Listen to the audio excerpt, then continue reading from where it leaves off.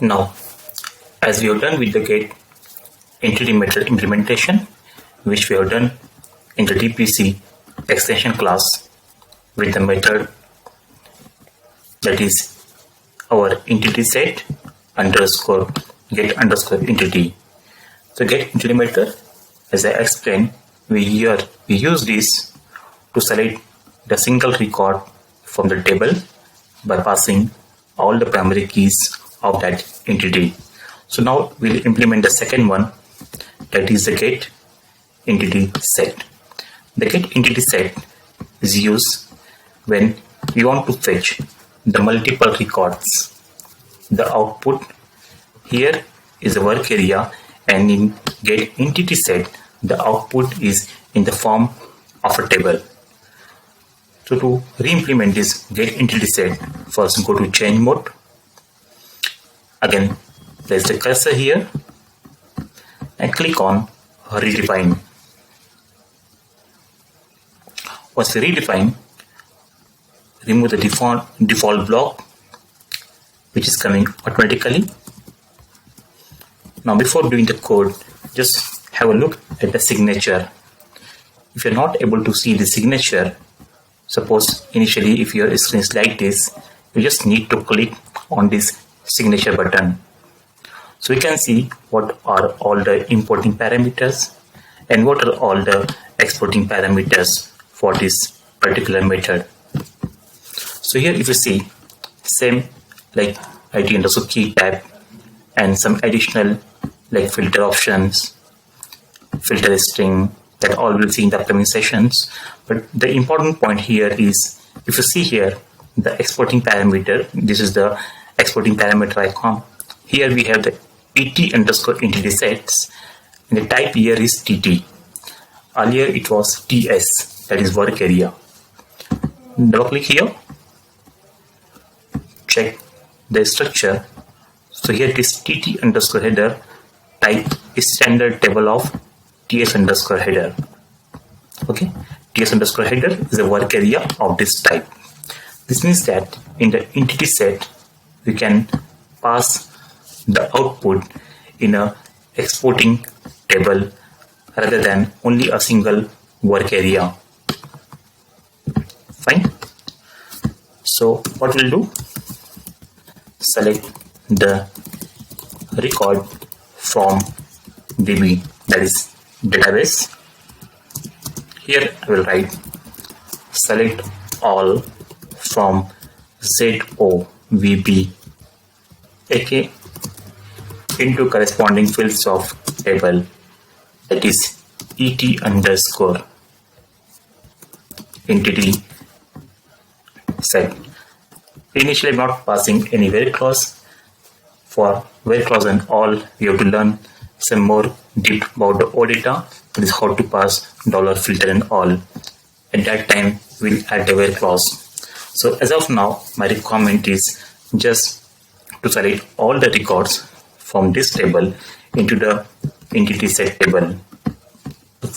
Just have a look at our table entries, how many records we have in our table.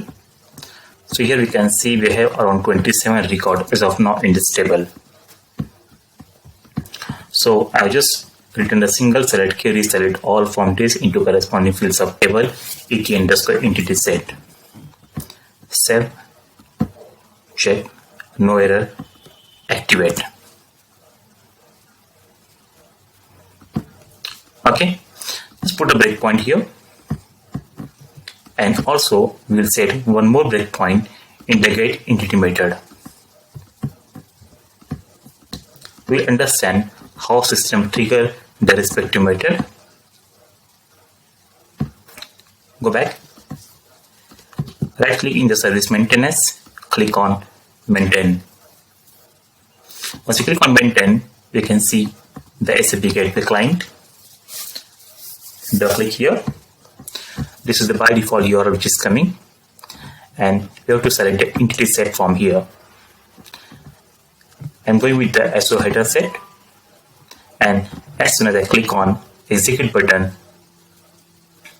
you can see that our breakpoint is triggered, and this time it is into get underscore entity set.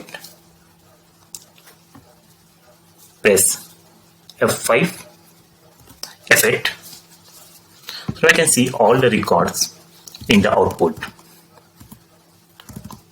See, we can see all the records in my output table, and the yesterday score is 200. That is success. So by default, this output is in the XML format. And suppose in case if you want to see the output into the JSON format, so before going to JSON, the important point here is observe the ER date. The date field in XML we can see in this format, that is the year, month, date. T is for time, and this is time you have to pass like this. And suppose in case if you want to see output in the JSON format, so after the entity sets, here we can see the add URI option. Click here. Here we can see $format equal to JSON. Okay, so after our URL, whenever you want to add any parameter, the parameter gets added with a question mark. We can add multiple parameters. As of now, we'll see how it works with the format equal to JSON. Click on execute. Again, same method is trigger, F8. Now this time, if you see the output here, this is in the JSON format, which is very easy to read compared to the XML format. Here also the date is different. It is in the millisecond. Okay, so if you compare only date, the XML format date is easy to read, but in overall the JSON format is easy to read. So now, because I have not passed any primary key, that's why by default the get entity set method is triggered. So now, as I have set breakpoint in both the place, so let me pass the key field. Let's say here I'm passing the record number, let's say 8. Again, send the get method and just click on execute button. Now this time, if you observe, system has automatically triggered the get underscore entity method. So this is the beauty of this framework. System automatically identify which method to be triggered based on the URL which is coming. So as we have already seen this, system will read the input value and system will give the respective single output. As I pass the record number 8, so here in the output we can see the BBELN is 8. And suppose in the same record, if you want to see in the JSON format, just go here and select the $format equal to JSON and execute again. So again we can see the get is triggered, and this time we can see the output in the JSON format instead of XML, because here this time I have passed $format equal to JSON. So this is how we have to implement the get entity and the get entity set method. Now we are done with both get and get entity set method. So next we'll see how to create a new record into the database. That we'll see in the next session.